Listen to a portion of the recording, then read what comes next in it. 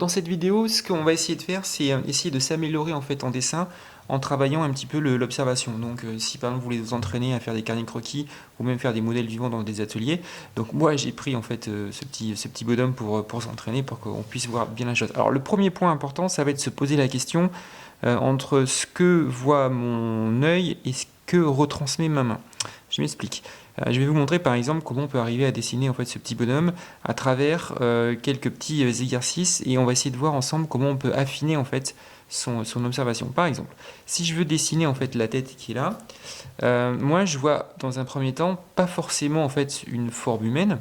Je vois plus en fait une continuité en fait de traits. C'est-à-dire que j'aurais pu très bien en fait être dans ce style-là ou comme ça. Ce que je vois en fait, c'est pour moi le dessin, dans un premier temps, c'est assembler en fait des lignes pour arriver en fait à une forme et après on peut rajouter l'émotion, on peut rajouter en fait ce qu'on veut donner au dessin, etc.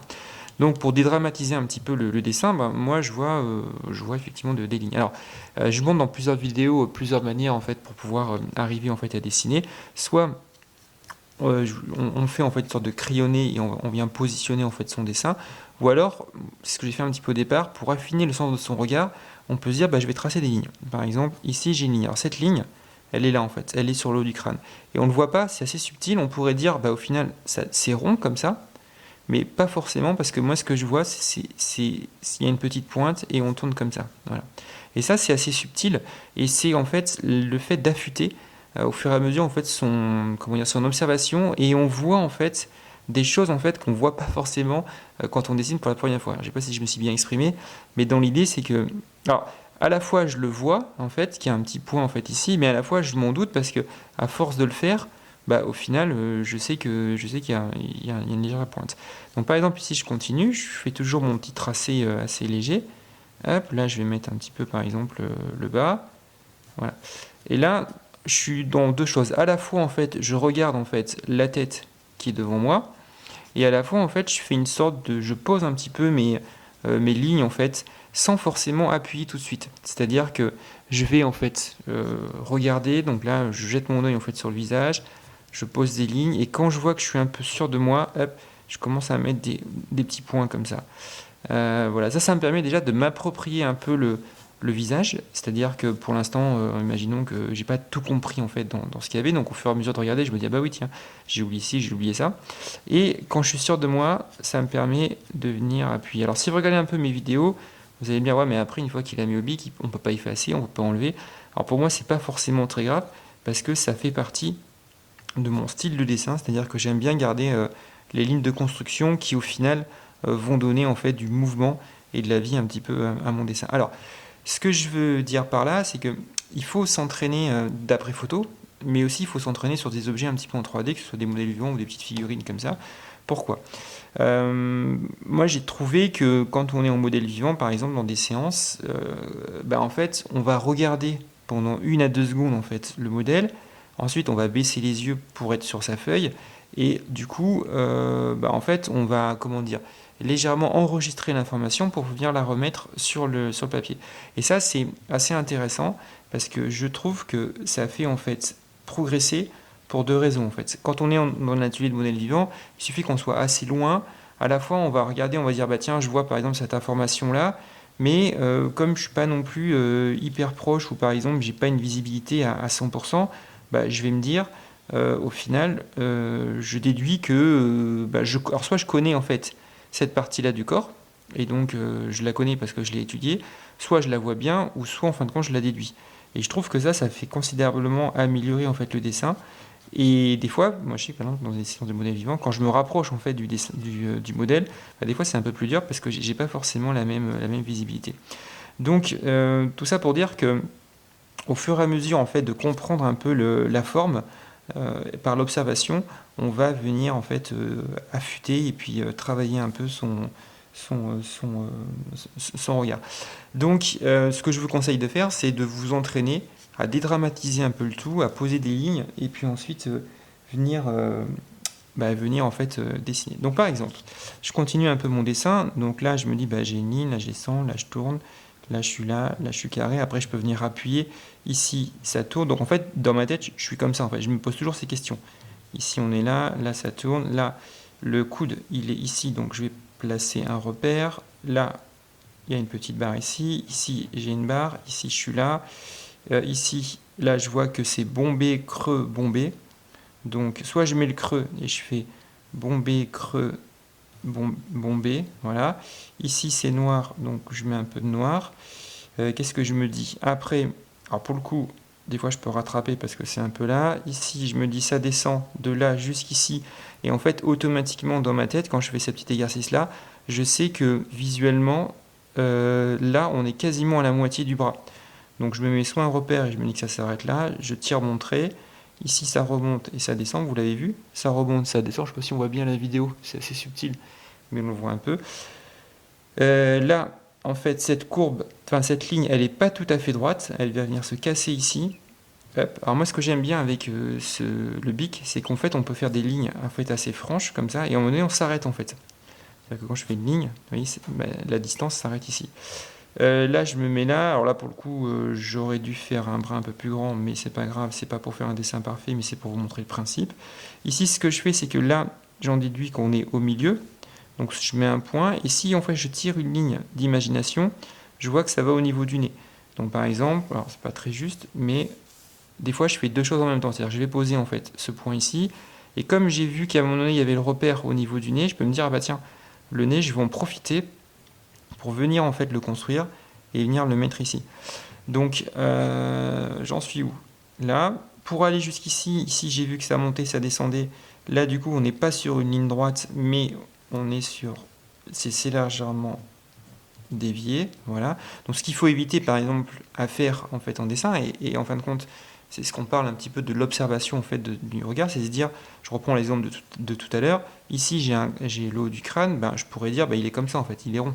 Voilà, alors que pas forcément parce qu'en fait on a une petite arête en fait ici.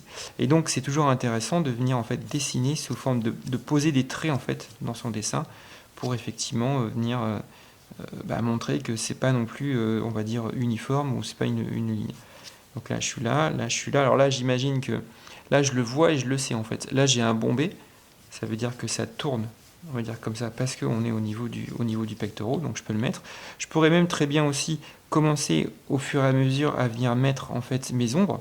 Alors ça dépend, soit je les fais maintenant, ou soit je les fais après. Ce que j'aime bien faire d'abord, c'est de faire par exemple tout mon dessin, et une fois en fait que j'ai fait tout mon dessin, après je mets l'ombrage, ou ça dépend. Si j'ai du temps, je mets en fait l'ombrage en même temps. Mais aussi, je vois aussi si je me suis pas planté dans mon dessin en fait. C'est-à-dire que comme moi j'aime bien dessiner en fait dans un temps chronométré, si je vois par exemple qu'au final, d'abord je fais mon dessin et que je dis bon, ok, je pense que je vais réussir mon dessin, bah, du coup je peux venir mettre l'ombrage en même temps. Donc j'en suis où? Ici j'en suis là, donc là.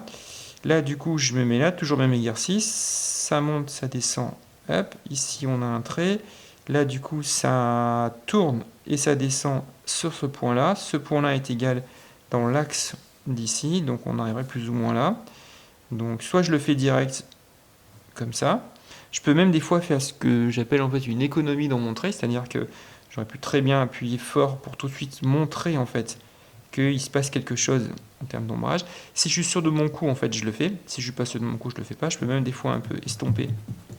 Voilà, pour bien montrer qu'ici, il va se passer un truc. J'en reviens sur mon bras. Alors là, pour le coup, c'est pas très grave. Attendez, là, je suis là, tac, tac. Là, on a dit que ici, ça arrivait là. Donc ça, c'est quel trait? Alors des fois, on se perd. Hein. Bon, c'est pas tout à fait juste. Mais bon, après, encore une fois, c'est un exercice pour vous montrer le principe.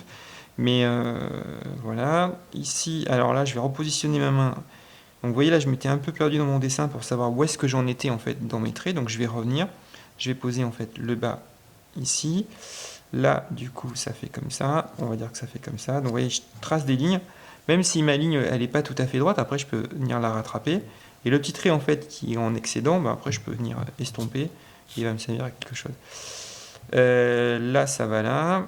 Ici, on voit bien que ça monte et ça tourne. Donc c'est ça que je veux vous montrer en fait. Hein. Ce que je veux vous montrer, c'est vraiment les petites subtilités qu'on a et les petits sens du détail en fait.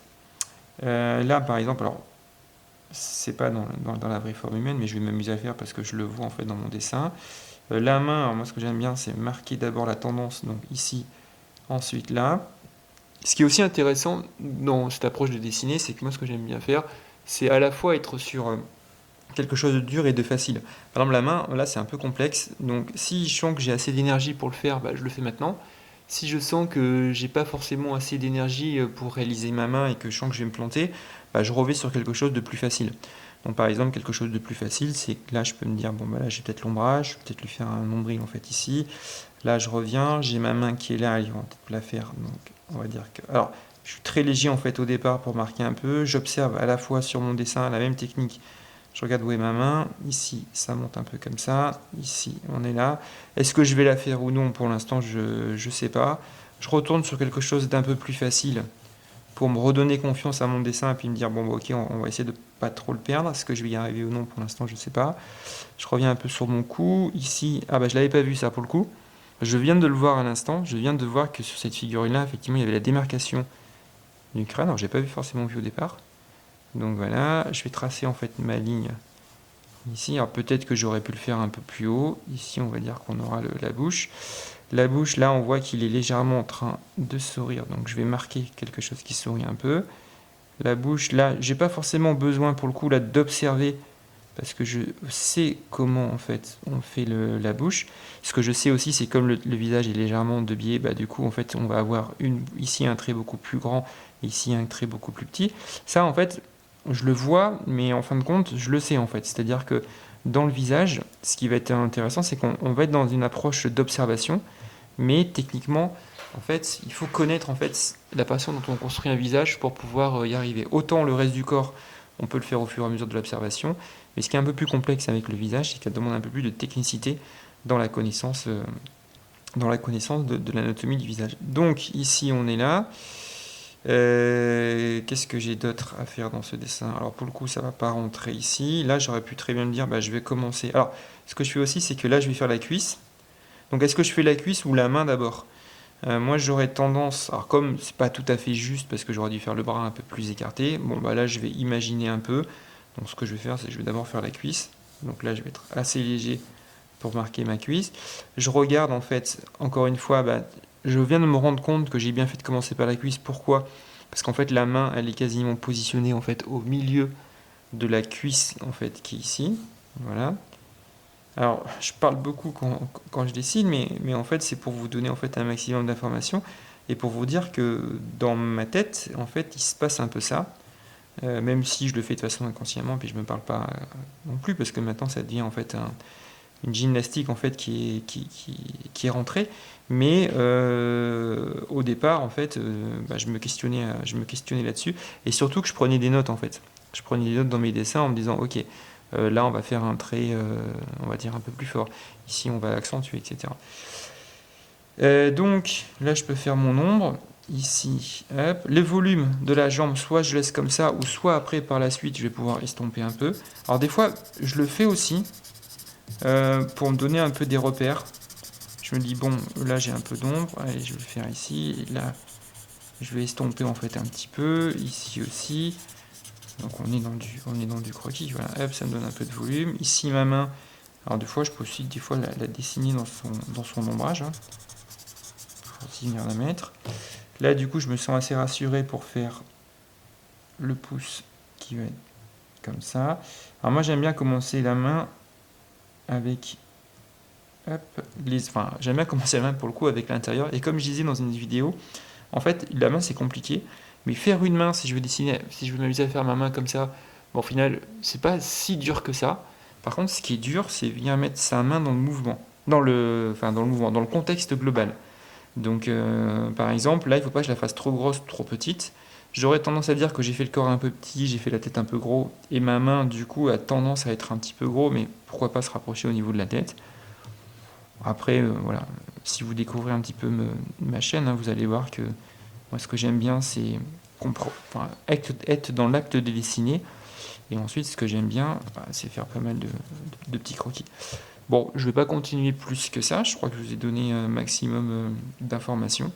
Donc, si vous avez d'autres techniques ou d'autres approches, bah, n'hésitez pas à me les dire dans les commentaires. Et puis, si vous voulez effectivement voir ce que je fais sur ma chaîne, n'hésitez pas à vous abonner. Merci.